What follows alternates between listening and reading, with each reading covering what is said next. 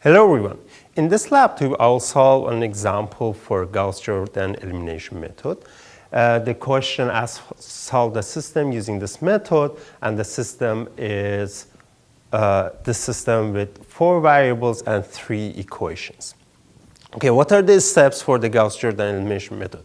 First thing is to check that the system is written in its standard form, meaning that each equation is in its standard form and the similar or the same variables in different equations are aligned. So x1s, x2s, x3s, and x4s, and then equal to constants. Okay, I checked that. Then the second thing is that write augmented matrix. Augmented matrix is the matrix that we form using the coefficients of variables and the right-hand side column. In this case, variable coefficients of x1 will go to the column 1. 1, there is no x1 means that the coefficient is 0 and 1. Coefficients of x2 go to the second column. Coefficients of x3 third and fourth. Those are the coefficients. For equalities, you put this line, and the right-hand side, the constants.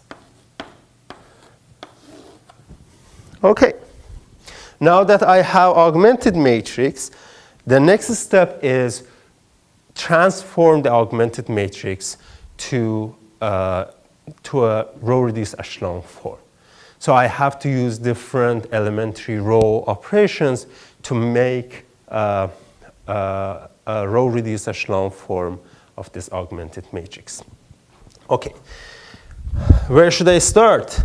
To start with, I have to go over column 1, find an element, non-zero element, and fix that or choose that element to be our first leading one. If everything is 0 in that column, move to the next one. Here, my first column has non-zero elements. Actually, I have 2 ones, and I can choose to use one of them as my first leading one. I'm choosing this one to be my leading one. If it is not 1, I can multiply by its inverse and make it 1, but in this case it's 1, and I don't need to do that operations. But this is leading 1. I have to make everything else in that column 0. This is already 0. I have to make this one 0.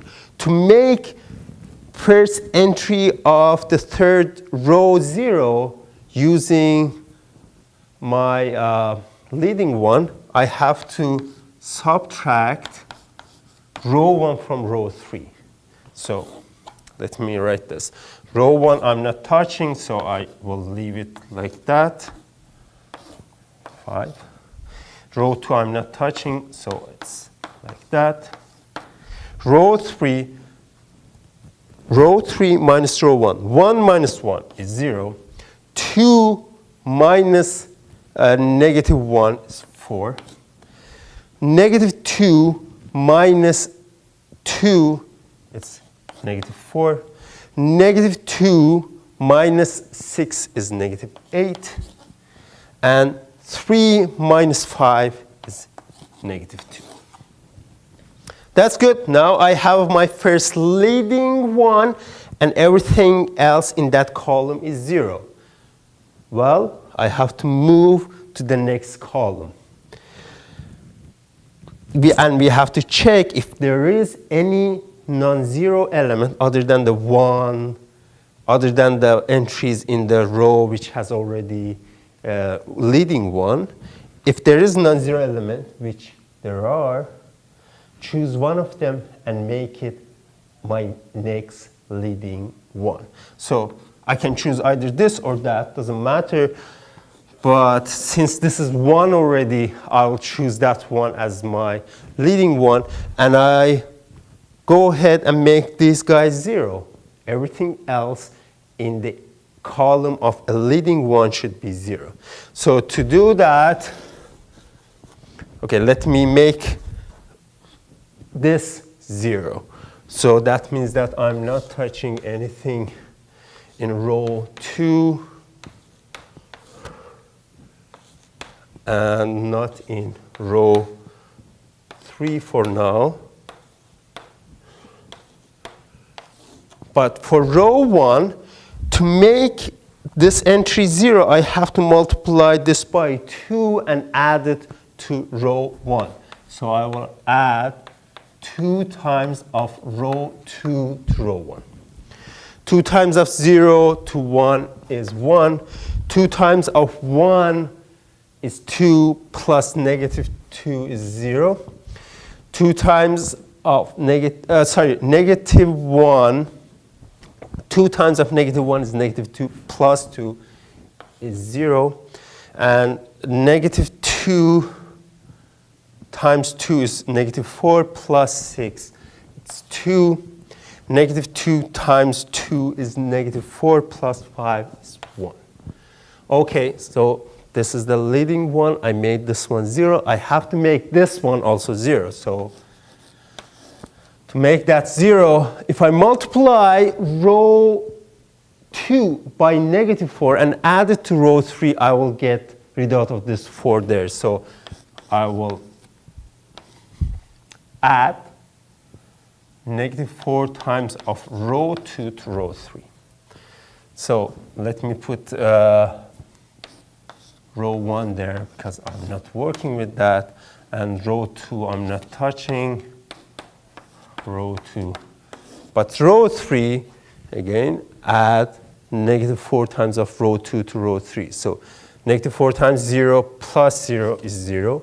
Negative 4 times 1 plus 4 is 0.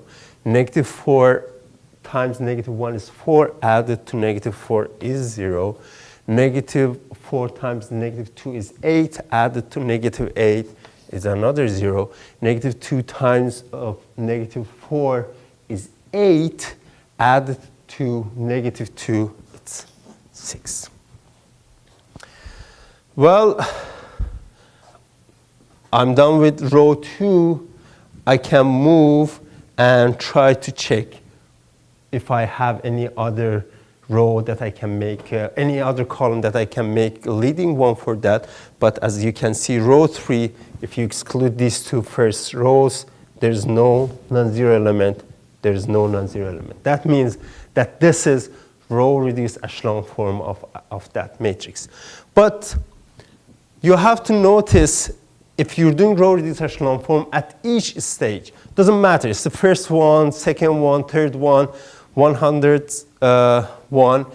If you get in the situation like this, everything 0 in the left-hand side, non-zero on the right-hand side, that means your system is inconsistent and you have no solution. But if you want to go ahead, the next step would be write equation for each row. But while trying to write equation for the last one, you will get 0 equals to 6, which is impossible. So the system, the linear system is inconsistent. Again, very quick review of the Gauss-Jordan elimination method. Check the system is a standard form, write the augmented matrix, row reduced echelon form, and then go back to equations and solve it for the leading ones.